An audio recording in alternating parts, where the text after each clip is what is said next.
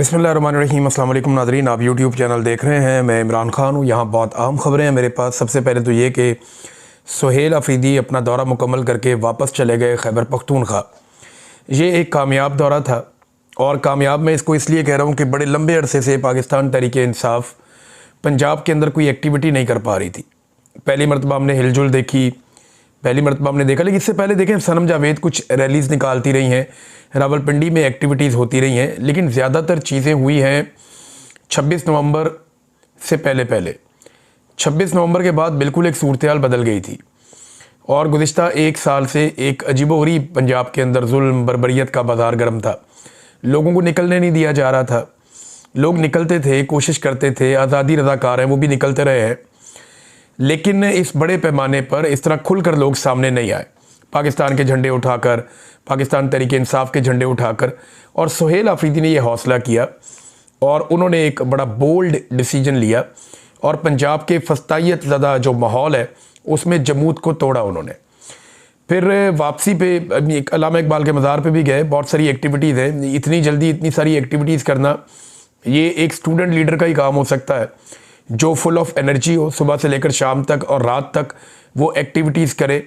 और इन्होंने बड़ी मेहनत की है नौजवानों ने।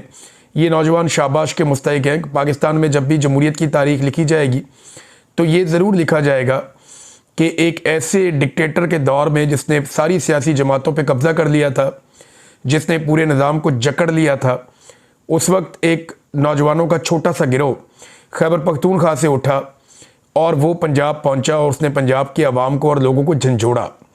ये सरगोदा भी गए, नईम हैदर पंजूता साहब की रिहाइशगाह पे भी गए, वहाँ पे भी लोगों से मुलाकात की। तो लाहौर के बाद सरगोदा में भी इनको बड़ा वालिहाना इस्तकबाल मिला। मैं ये समझता हूँ कि जो एक कामयाबी हो सकती है पॉलिटिकल मूवमेंट को आगे बढ़ाने की, वो सुहेल अफरीदी ने और उनके साथियों ने हासिल की है और इमरान खान साहब की चॉइस को अब तक जो है वो दुरुस्त साबित किया है।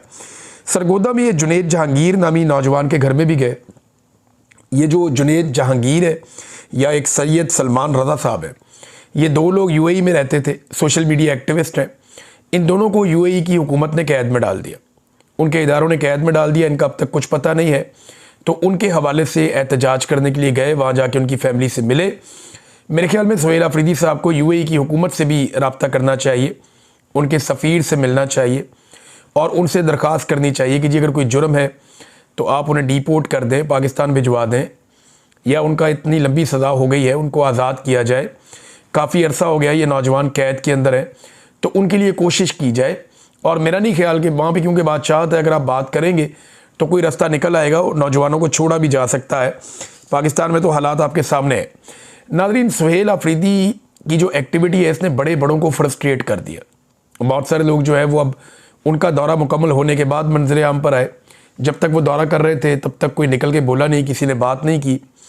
और अब एमल वली ख़ान ने पेशावर के अंदर स्टेटमेंट दिया, बड़ा इंटरेस्टिंग है। ये स्टेटमेंट मैं आपके सामने रखता हूँ एमल वली ख़ान का। और एमल वली ख़ान ने, क्योंकि देखें ना, जब भी कभी ये पॉलिटिकल पार्टीज़ अपने आप को अकेला महसूस करती हैं या इन्हें लगता है कि लोग इनसे दूर हो रहे हैं, पाकिस्तान की आवाम इनसे प्यार नहीं करती, तो ये फौरी तौर पर इनकलाबी बन जाते हैं। यानी एक ढोंग रचाते हैं कि हम इनकलाबी हैं। ये ढोंग रचाते हैं जनाब हम तो बड़े जमहूरियत पसंद हैं। तो एमल वली ख़ान ने जो स्टेटमेंट दिया वो ये दिया कि आईने पाकिस्तान का तकाजा है कि निजकारी हो, फ़ौजकारी नहीं। फ़ौज जिस काम के लिए बनी है इसके अलावा हर काम फ़ौज ने किया है। देखिए, वो ये कह रहे हैं कि ये इदारे फ़ौज तो कब्ज़ा ना करे इनके ऊपर, फ़ौज तो इनको ना चलाए। खाद फ़ौज बनाती है, बैंक फ़ौज बनाती है, सड़कें फ़ौज बनाती है, दूध फ़ौज का है, बेशुमार और कारोबार है वो फ़ौज की है, सीमेंट फ़ौज का है, अब रेजिडेंशियल सोसाइटियाँ फ़ौज की है, रियल स्टेट के बिज़नेस में फ़ौज पूरी तरह इन्वॉल्व है, शादी हाल फ़ौज के हैं, बेशुमार कारोबार हैं, बेशुमार कारोबार हैं, बहुत सारे कॉर्नफ्लेक्स तक बनाते हैं, दलिया बनाते हैं, बेशुमार चीज़ें। तो इन्होंने कहा जी कि फ़ौज जिस काम के लिए बनी है इसके अलावा हर काम किया है। हम आपके जंगी कारोबार से बेजार हो चुके हैं। एक तरफ हमें मारा जाता है, दूसरी तरफ बदनाम करते हैं। अगर आपने रियासत को ठीक करना है तो ट्रुथ कमीशन बनाया जाए, ये एमल वली ख़ान ने कहा। इंटरेस्टिंग बात यह है कि बीबीसी ने भी तायद की थी इस बात की कि फ़ौजी फाउंडेशन लगभग 5.90 यानी आप समझ लेंगे $6 अरब के साथ मुल्क का सबसे बड़ा कारोबारी ग्रुप है। यानी पाकिस्तान के जितने भी कारोबारी ग्रुप हैं उन सबसे बड़ा फौजी फाउंडेशन है। सबसे ज़्यादा पैसा इनके पास है, लगभग 6 अरब डॉलर है इनके पास। इस फाउंडेशन के तहत 30 से ज़ायद सनती यूनिट्स काम कर रहे हैं। इदारा जो है वो खुराक के हवाले से काम करता है, बिजली की पैदावार करता है, LPG की मार्केटिंग और तकसीम करता है, सिक्योरिटी सर्विसेज के शोबों में भी बहुत काम करता है। तो ये BBC की रिपोर्ट है। बहुत सारे काम हैं जो पाकिस्तान की फ़ौज के जो झेली इदारे हैं, जो कारोबारी इदारे हैं, वो काम करते हैं। और जो काम करने वाला है ना, देखें हमारे पास एक फील्ड मार्शल है, लेकिन इसके बावजूद हम 1 इंच ज़मीन का भी कब्ज़ा नहीं छुड़वा सके। फील्ड मार्शल है हमारे पास, इंडिया के पास फील्ड मार्शल नहीं है, लेकिन इसके बावजूद हम इंडिया से 1 इंच ज़मीन का कब्ज़ा भी नहीं छुड़वा सके। कश्मीर की एक भी चौकी हम इंडियन फ़ौज से अभी तक वापस नहीं ले सके। क्या किसी एक दरिया का पानी भी भारत से हम वागुजार करवा पाए हैं? देखिए, अभी एक नई खबर आई है, वो ये है कि भारत ने आबी जारहियत बरकरार रखते हुए पाकिस्तान के पानियों के ऊपर कब्जा करने का मंसूबा आगे बढ़ा दिया।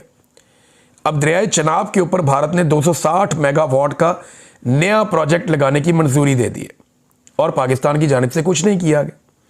इससे पहले इसी दरिया पर 2007 से भारत ने एक मंसूबा लगा रखा है 390 मेगावाट का।